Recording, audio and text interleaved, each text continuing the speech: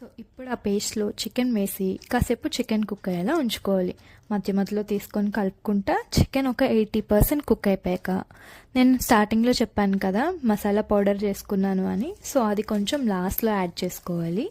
And ఇప్పుడు biryani rice కోసం ఒక గిన్నె తీసుకొని వాటర్ బాయిల్ చేసుకొని వీడియోలో చూపించినట్టుగా హోల్ బిర్యానీ మసాలా, కొంచెం సాల్ట్, కొంచెం కొత్తిమీర, పుదీనా, జింజర్ గార్లిక్ పేస్ట్, కొంచెం గీ వేసుకొని ఆల్రెడీ హాఫ్ అన్ అవర్ పాటు బాస్మతి రైస్ నానబెట్టుకొని ఉంచుకున్నాను కదా, సో ఆ రైస్ కూడా వేసి రైస్ కూడా ఒక 80% కుక్ చేసుకోవాలి.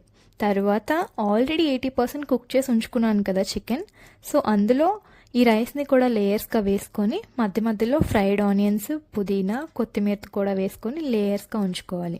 సో ఇదంతా డైరెక్ట్ హీటింగ్ చేయకుండా మనం ఒక ప్యాన్ పెట్టుకొని ఇండైరెక్ట్ హీటింగ్ చేసుకోవాలి, లేదంటే మాడిపోతుంది. సో ఇదంతా కూడా ఒక 15 to 20 minutes వరకు లో ఫ్లేమ్లో పెట్టుకొని కుక్ చేసుకుంటే బిర్యానీ రెడీ.